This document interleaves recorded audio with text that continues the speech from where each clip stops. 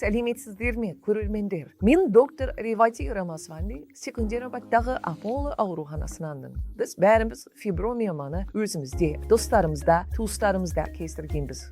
Фибромиома деген не?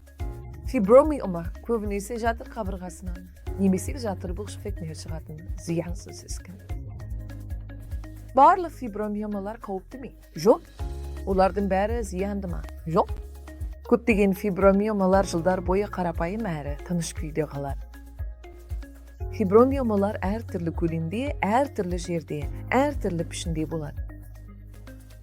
Жатыр қуысының ішінде орналасқан фибромиомалар қатты қан кетуге, бедеулікке бірнеше рет түсіп тастауға әкелуі мүмкін. Мұндай жағдайларды гистероскопия арқылы алып тастауға болады. Жатыр қабырғасында орналасқан кейбір фибромиомалар үлкейіп қан кету мәселелерін тудыруы мүмкін.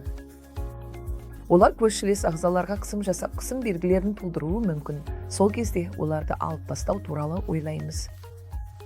Оларды лапароскопия арқылы оңай алып тастауға болады. Кейбір жағдайларда лапароскопиялық ота жоғары деңгейлі дағдыларды қажет етеді.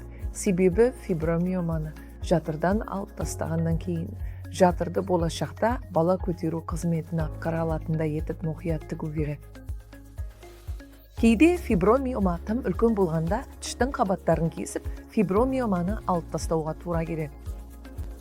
Фибромиоманы алып тастау жас әйелдер үшін жатырды алып тастаудың өте жақсы баламасы. Сондықтан егер сізде фибромиома болса, қорықпаңыз. Кішкентай фибромиомалардың ешқандай зияны жоқ.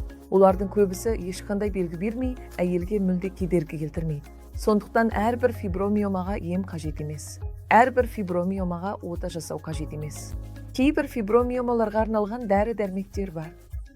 Фибромиоманы емдеудің басқа да балама тәсілдері бар. Олар әлі де зерттелу үстінде. Алайда қазіргі уақытта ең тиімдісі фибромиоманы хирургиялық жолмен алып тастау. Рахмет, достар.